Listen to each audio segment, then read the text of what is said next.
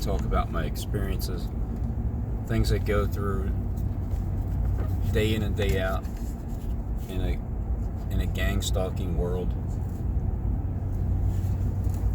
in the fakest world there is. It's the one we live in.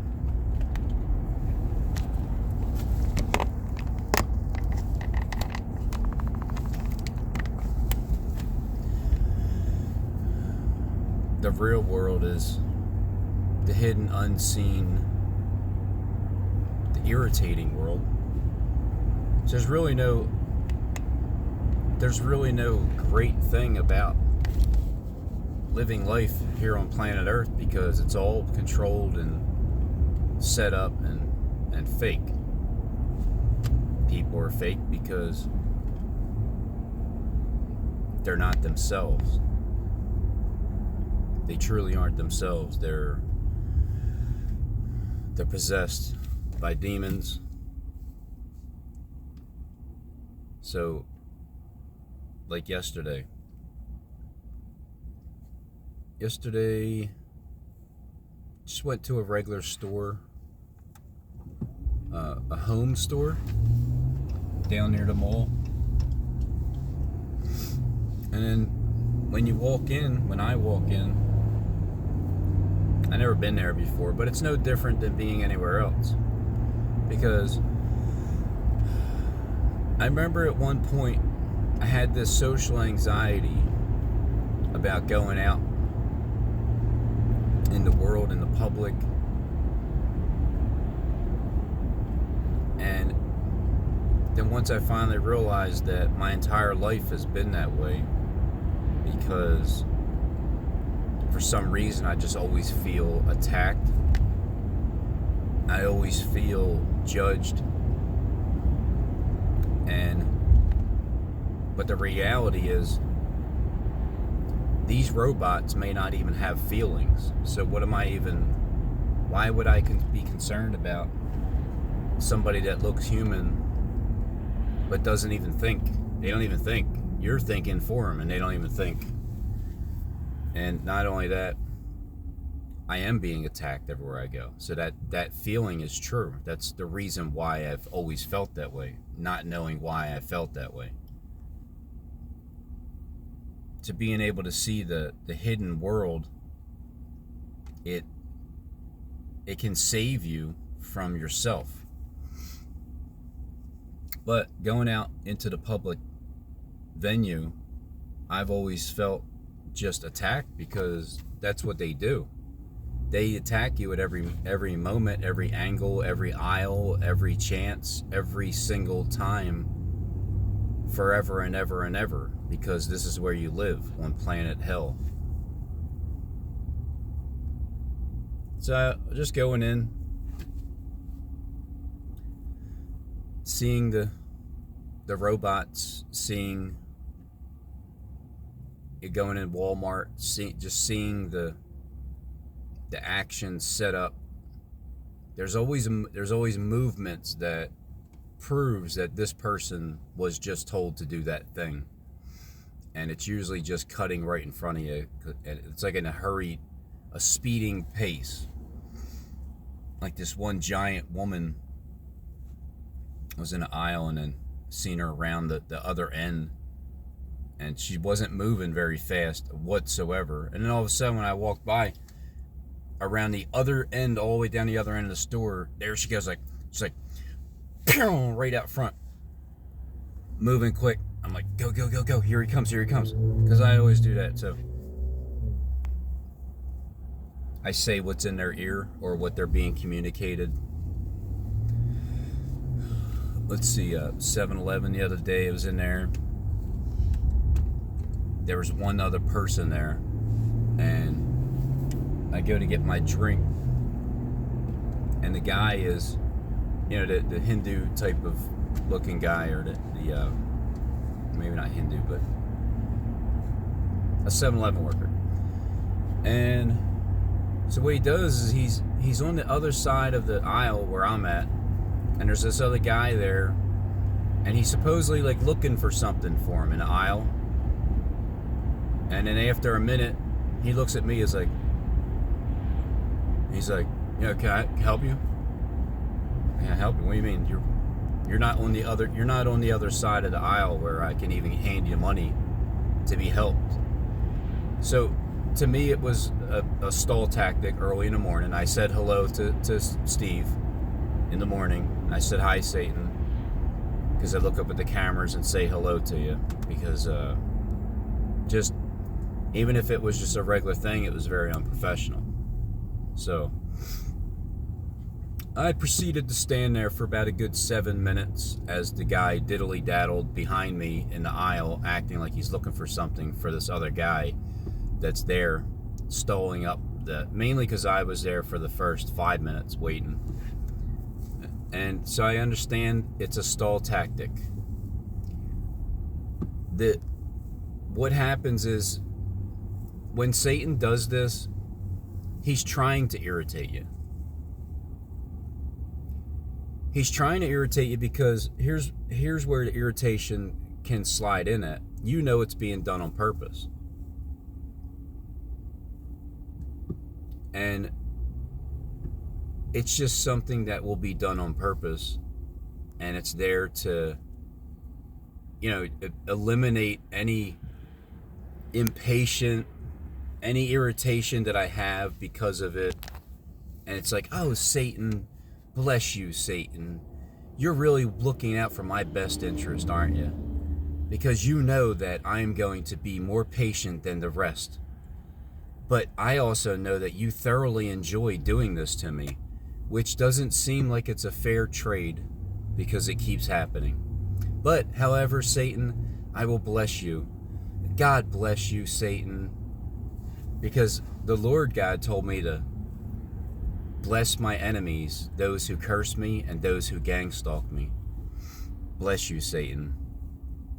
Because of you, because of how disgusting I've been because of you, the disgusted feeling, I am forced to work on that feeling inside of my gut.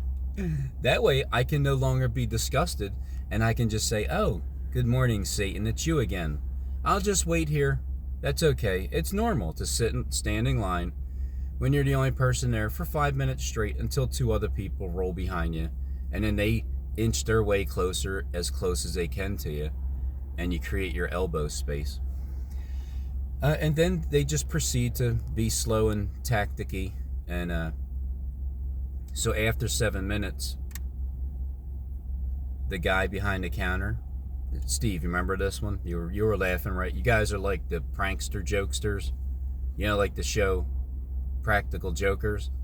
All it is because I seen that guy down, Joe, I think his name. I seen him down at Peddler's Village that day, in that gazebo. I couldn't figure out what his name was, and they were taking pictures of him, and I'm like, oh, that's who it is. You guys are just gang stalkers. That you're just gang stalker commanders, and you mess with the little bald guy, and you do a bunch of things, and you sit behind the camera laughing at him. So that's basically what it is. And I envisioned that too. I envisioned Steve and James and like the group behind the scenes, all gathering around, laughing at me like, look what we did. So the cashier comes walking up behind the counter after he's done. He looks at me, he's like, I'm sorry about that. So I looked at him, and he looked back, and I said nothing, and I looked, and he looked, and is it even worth it? That's the thing. It's like, you guys, is it worth saying anything? Because what do you do? So therefore I just said nothing, because of what my look was. No, you're not. You fucking did it on purpose. I don't even, just stop lying to me. So not only do they stall you in tactics, but they lie to you to your face. And then, so this is the world of hell that apparently I agreed to at some point. I can't imagine that one. Can't imagine wanting to come down here. But whatever you say, Steve. fallen angel. Yeah, maybe because what happened was you dropped me and I fell from the heavens where I was born at, and then did a baby swap when my mom had a baby, and just, here, ma'am, let me take him in the back real quick. Well, here you go. Here's a robin for you. So maybe that's how I fell, because my parents dropped me to the earth. Because other than that, I can't imagine agreeing to coming down here. To be tortured for 46 years so far?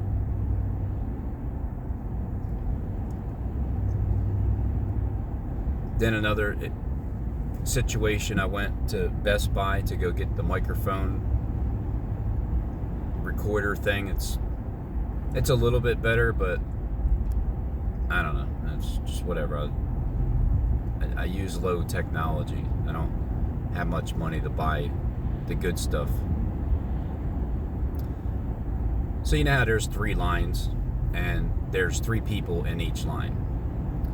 And so the middle line with the chunky fella, I believe what happened was, as soon as it was Ignore Robin Day is what it was. The 7-Eleven situation happened Saturday. The Best Buy situation happened on yesterday.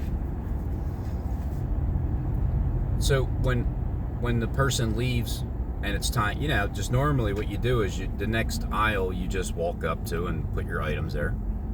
So as soon as the customer leaves, little chunky fella in the middle, I walk up to the counter, and he walks away, and he goes and starts doing things and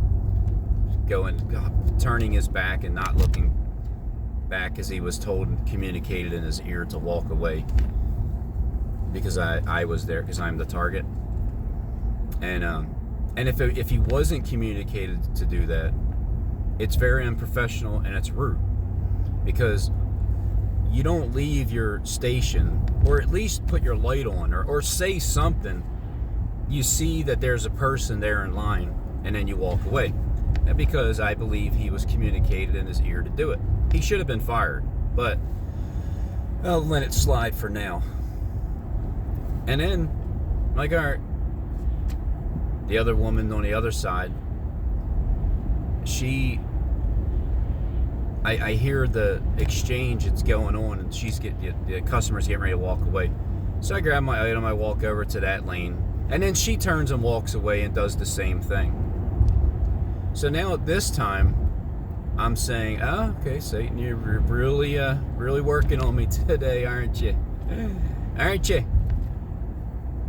And then there's one other person, and that customer left.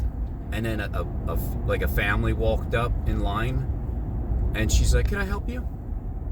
Right to them, and they walked right up as I'm standing there waiting for the other girl to come back to her register, because she was communicated to leave also. Now, if these people aren't communicated in their ears to leave, and they just have this tendency of leaving their station when that's their job, they should be fired. Just instantly on the spot. If I'm in control when it happens, a lot of people are going to just start getting fired if they keep listening to this voice in their head.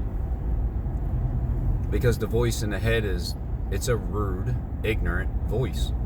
It's telling you to do things purposely.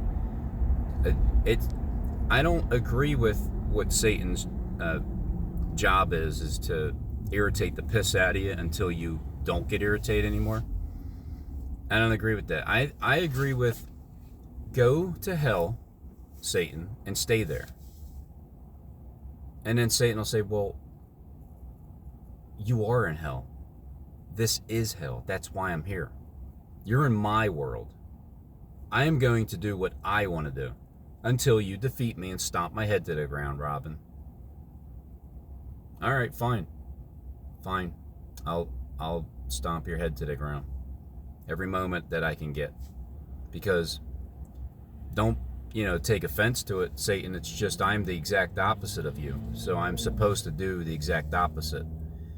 And I live in your world, I get it. But you, for some reason, How is it that you were up in heaven going to and fro, and you had access to going to heaven?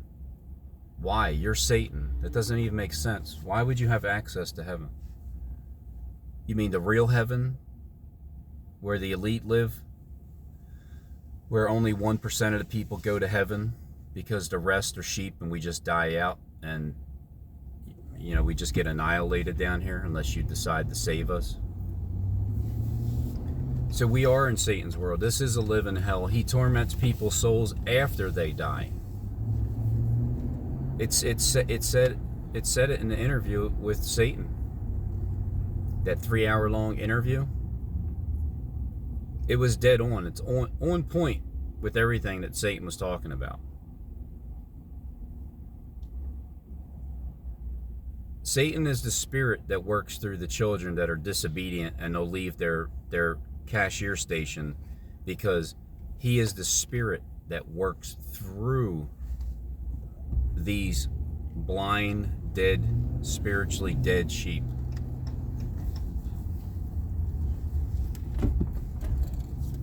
And Satan will tell you, he gets you at the gate. And then, once you come back here to planet Earth Hell, he will torment your soul the entire time. It's just a relentless tormenting from the evil one.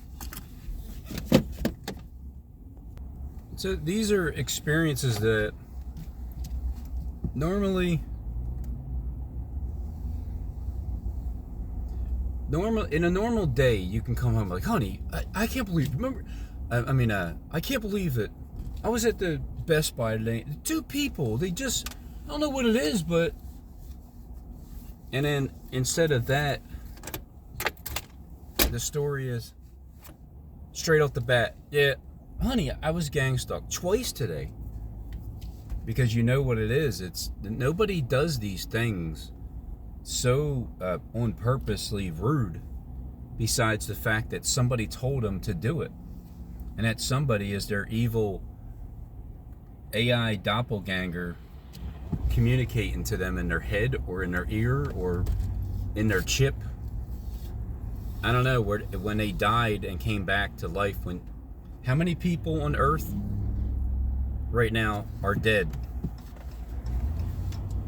They already died, and they were given another opportunity to serve their master.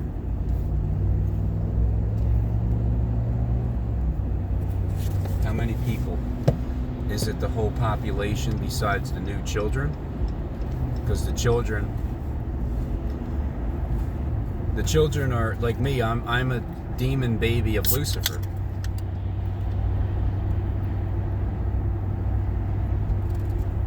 I can accept that, because if I am born from the Lucifer's race, then I am an actual demon child, because that was something that wasn't supposed to be done. Therefore, whatever creation comes from that is Satan's spawn. And then it could have been that for my life, I was supposed to be controlled by Satan, because I'm a child of my actual dad left me. And because there was a switcheroo at the hospital. Because if my mom has no idea what's going on here, then it would have to be something like that. Because I wouldn't have someone like Stephen James DeShawn paying so much attention to a nobody like myself for the past 5 years and 3 months. It's not that Steve didn't recognize me right away when I hopped on YouTube, because you guys have been hired to find out the regular people who are just telling the truth, and then attack them and gang stalk them and enjoy your job thoroughly and get paid very well to just be a devil. And so that's the thing that ends right here on this planet. It's not like, I know, Jonathan Clegg says it's time to go. We're leaving soon, and a crisis coming, and the rapture is, and it's imminent at any moment. But it's been that way I've heard him say that for 10 years now. It's imminent. I don't know if it's tomorrow, the next day, next week. Well, yeah, you do, Jonathan Clegg. You know exactly what's up. But you can't actually say it outright, and then that's where I come in at.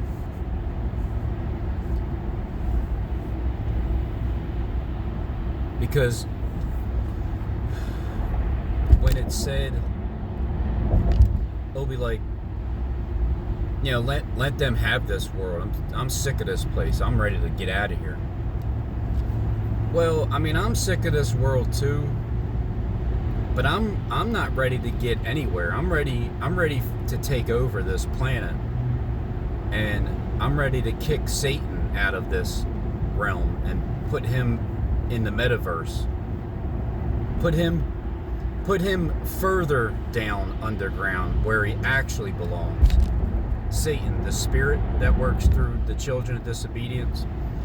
Just because Stephen James is like a commander of those disobedient children, it doesn't mean he's Satan. That would just mean that he's more like Lucifer that came from heaven and comes down here to torment souls who don't. It's like it's his job. It's his job from God to torment everybody and turn them either back to God, or you're screwed and you're going to face the consequences in the end. But again, this world could be actually completely fake, where it's not even a thing, where we're already in the metaverse world from birth in our bubble, and when we wake up from our dreams, we only wake up to the second realm.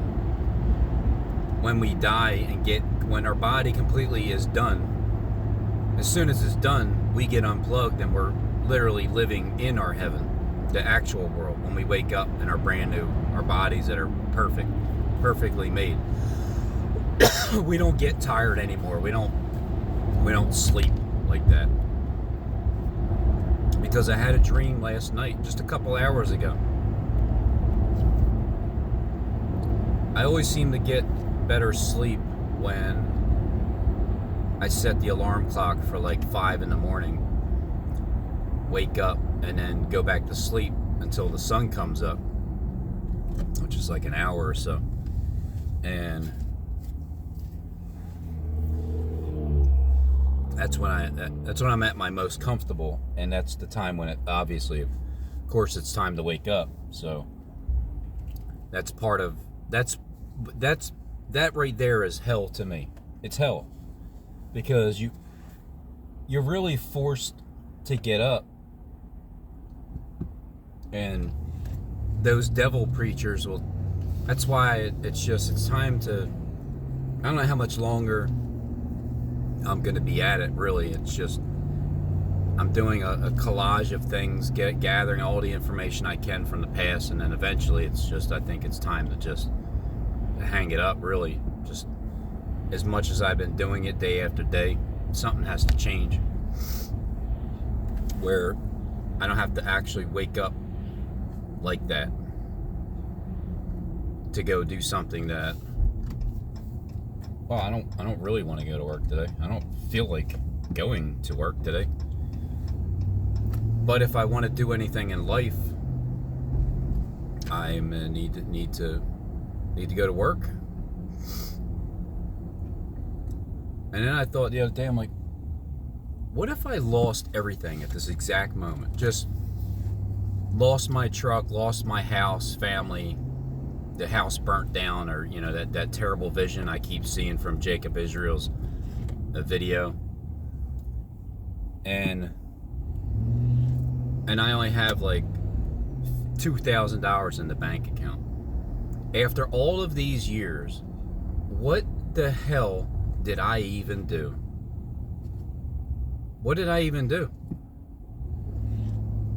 I worked month to month, paycheck to paycheck, to pay the bills of the outrageous house I'd lived in for the past 12 years. All of the bills myself. And just pretty much struggling with barely being able to do anything besides take care of my family. And give them a roof to live over their head. But after all of these years, if I lost everything at this exact moment, let's say I just went to jail for whatever. I got framed like Roger Rabbit. And I only had $2,000 in the bank. And I lose my truck because I can't pay it. And then, start all over again. It's like the past 20 years that I've worked was all in vain. It was all for nothing. Because I don't really have anything to show for it. Because I always did the rent route instead of buying the house off already and having no mortgage, just the payments of taxes. I could have done that, but I didn't make the right decisions because my mind was scrambled, because that's how I grew up, figuring things out on my own.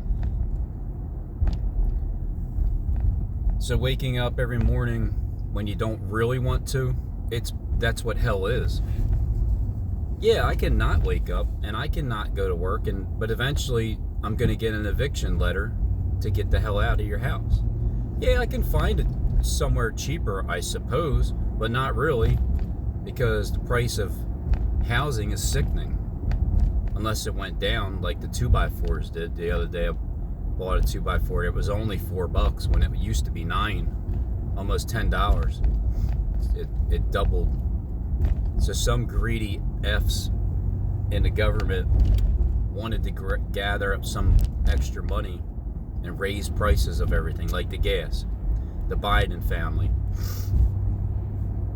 All the greedy people. All they gotta do is make up some bullshit story, put it on the news, and say the price of gas is going up now. So then each dollar more that it was for the year straight, just think about the amount of money that was put in somebody's pocket because it was their idea to raise the gas in order to get those gazillions of dollars in their bank account. I know that the leaders are sickened already of their own doing. Like what they did with this system, it actually sickens them. Because they have more of a mentality that I do by being influenced for the past 6 years of my thoughts. And those are facts that can't be proven until it is on the last day. So that's what's frustrating. I get my reward, but it's like a full 6 full years or 5 years or 7 years, or there's a full amount of time that it doesn't happen until the very end. And then there you go, Robin. Here it is. So maybe we're just in a fake world and we can't get out of it until we die. So, all right, imagine being in a metaverse world that, you guys that are in your YouTube bubbles under the sea, and that's what you're there. You're just there. You don't leave. You go to the bathroom and everything. You have your the holy place was created. It's you. You're there. You're in your bubble. You surveil. You do things. You hop into your little metaverse world, and you're the creator of your own world. And you walk around, and it feels as real as this one. But it's not. But you're in it, and you can do whatever you want, and everything is just the same way as it is as you're looking through this camera right now as I'm driving. And everybody, like that car moved up, gang stalking wise, just to get my attention. Sometimes I'll back up and pull forward real quick. So all of this is real. The feeling of real. You take a sip of something, It feels real. It tastes real. It's like Derek Bros said before. That neuro chip, whatever it is, implanted. It makes you experience the food that you're eating when you're not even eating anything. And it's like the dream I had just a couple hours ago where I had to go to the bathroom. And so I'm getting ready to go pee up against the corner or something. And at that moment, I realized, oh, wait a minute, this is a dream. I knew it was a dream, and I'm getting ready to go pee, and I'm thinking, all right, well, let me examine this for a moment. Here, I really got to go to the bathroom. But I know that I'm dreaming, and I'm laying in bed. I know this, but I didn't wake up. My conscience didn't wake up. I'm still in the dream. Therefore, I'm able to control the dream to an extent. So I'm peeing in it. All right, well, it feels real. I really, really feel like I'm going to the bathroom because I'm as I'm going to the bathroom, I feel the sensation of emptying my bladder. But I also know, man, it feels so real that, you sure I'm not gonna have pee on my bed when I wake up? And I'm thinking, like, no, Rob, just go to the bathroom. You'll once you wake up, you'll see that, you'll remember how real this dream is. So to me, that dream world is the same as those Neuralink chips being implanted and putting on the metaverse glasses in your bubble, your YouTube bubble, and you live out your life in Fantasyland, but you get to control your world. So wherever you go, it's just like this. It's live, it's awake, it's real. You touch somebody, you'll feel it. You eat something, you'll taste it. You pee on a corner of the tree, you'll smell it, you'll feel it. So I can see why. I understand the what would gravitate you to wanting to do that, but because after all, if you know that this is a fake world as it is, and we're all walking around thinking this is our life, but yet as soon as we die, we get unplugged, and we're basically just, our brain could just be in a bubble somewhere, or a can, or a container, and we're stuck from birth. Maybe that's God's plan to keep you in a matrix from birth. That way you don't know any difference until you actually die, and then it's more simple than, I'm thinking, well, if this is literally a physical world and these are physical bodies, then in order for once your body dies, in order for you to go to heaven and be put in a new body, they have to surgically take your brain out, whatever portion of your body, and then plug it into a new one. That's how that would work. Because other than that, when you die, where do you think you go? Drift off into spirit dreamland, but yet you wake up completely in your dreamland? Well, then technically it's still not a real world, because you're in spirit. It's not a physical body. But if you're in the matrix right now, all of us, this is how we're birthed, and then we go into a third dimension when we go to sleep, but we're really stuck in a second dimension all throughout our entire life until we die, and then we get unplugged, and then we're in our first dimension where we were created. I'm kind of leaning more towards that because, just because of that dream I just had and how real it was, and knowing that it's a dream as I'm dreaming is kind of like where you guys are at, where you're in this second dimension, but you already died, and you already know that there's nothing else other than just a made-up fake world.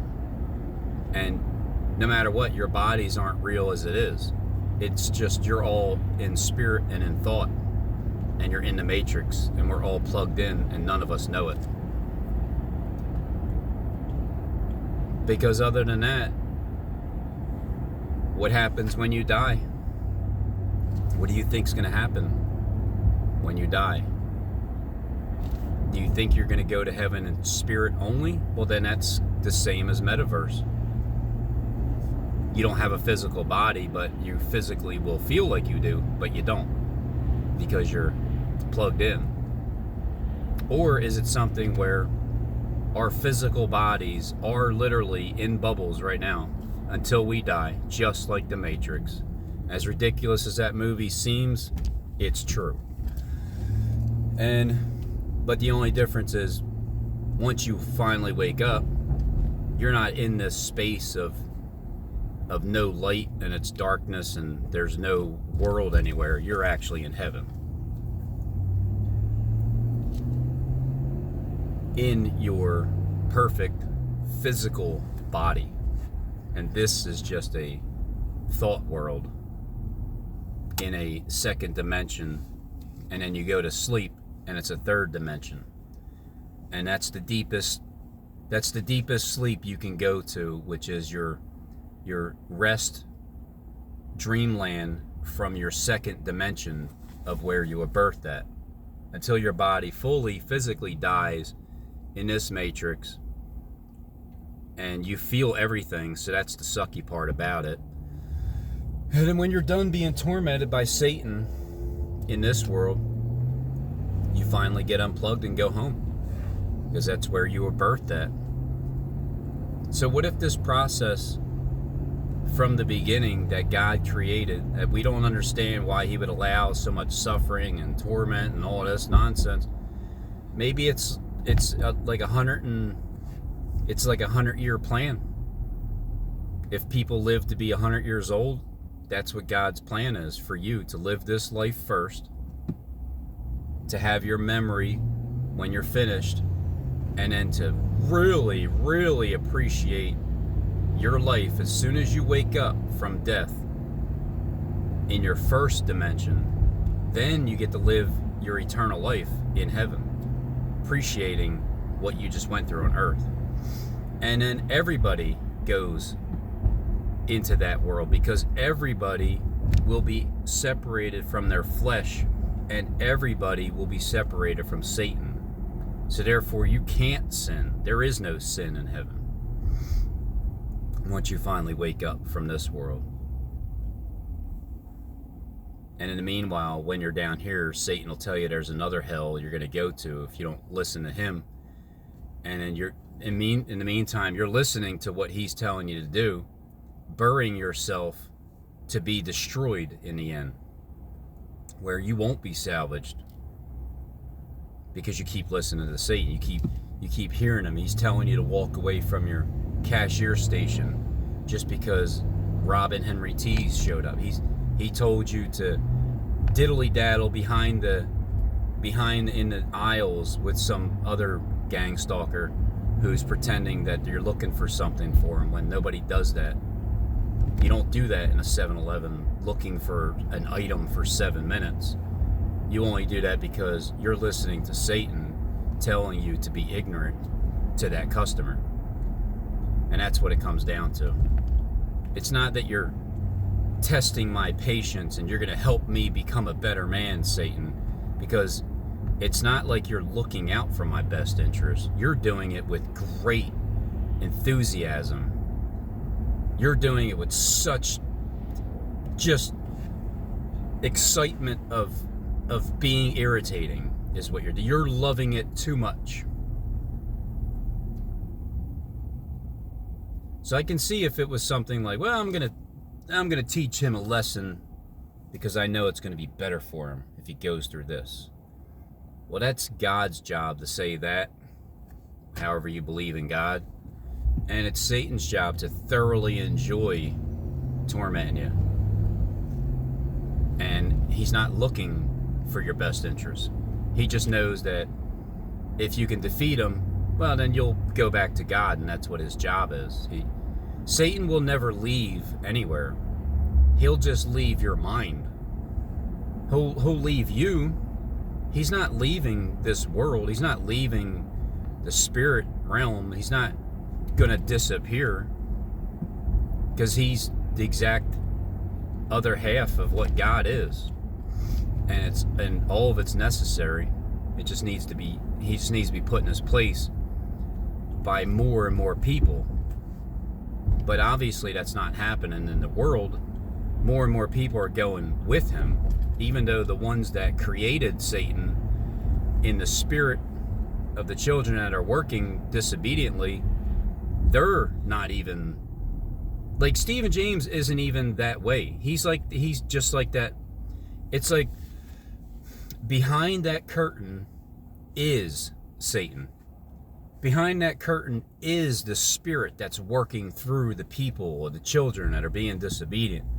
But when you open up that curtain and you pull Stephen James DeShawn out of that box, he's just a bad wizard.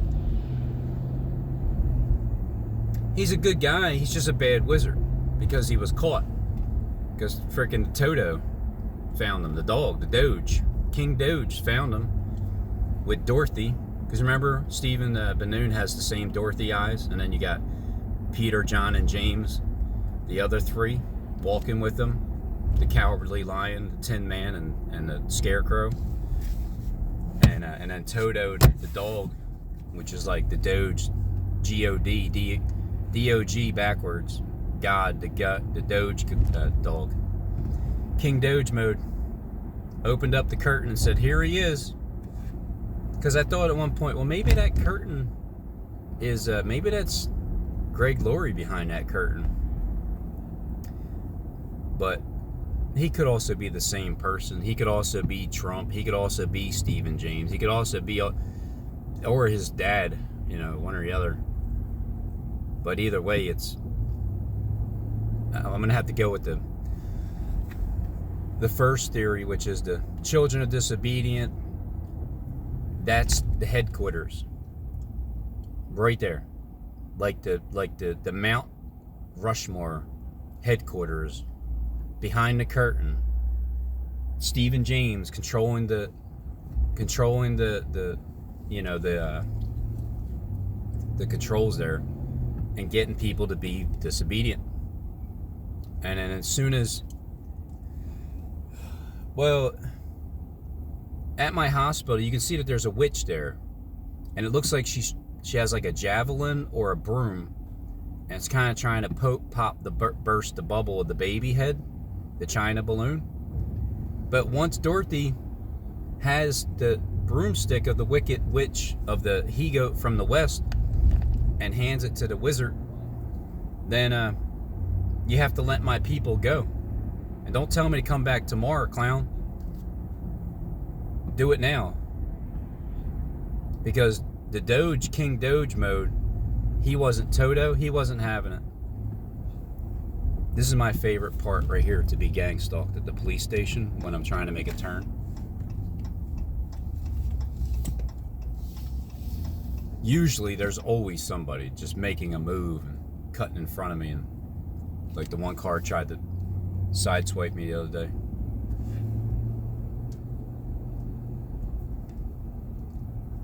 And my hospital is Eagle Doctor and Osprey Boulevard, or lane or street or whatever.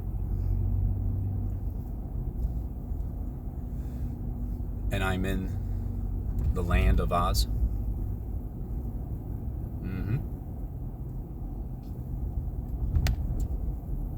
I'm in a world filled with demons, and they're always in attack mode. So, what are you doing besides taking up the whole street in reverse?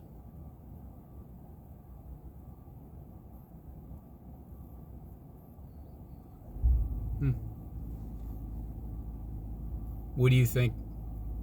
Well, Tommy Cart, it's the trash dumpsters.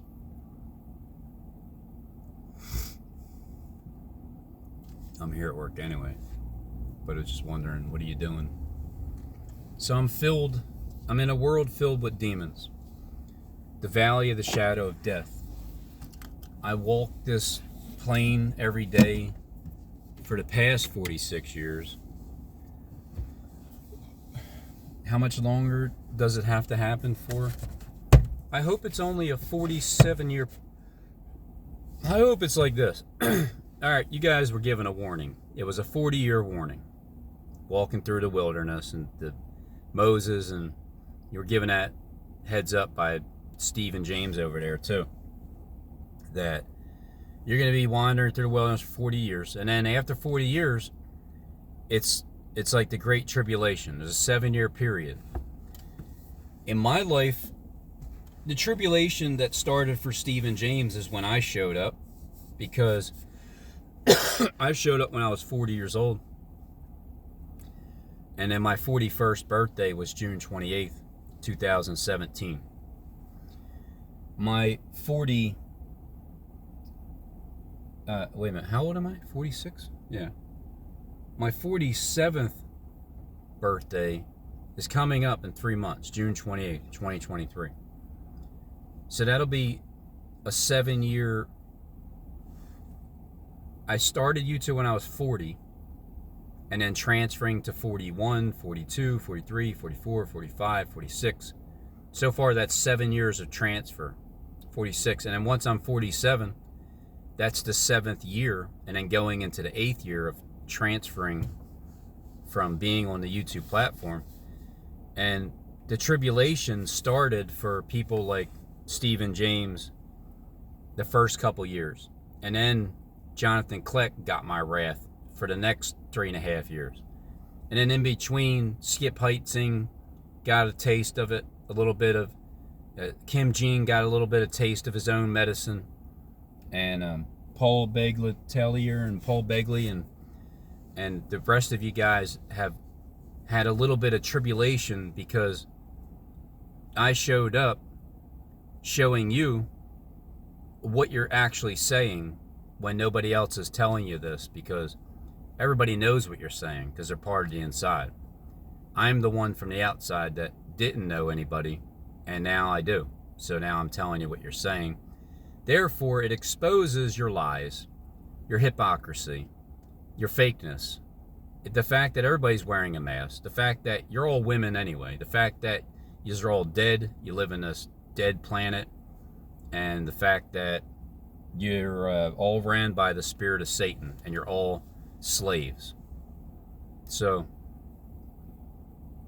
yeah, that was a pretty great tribulation for the other end, in spirit first.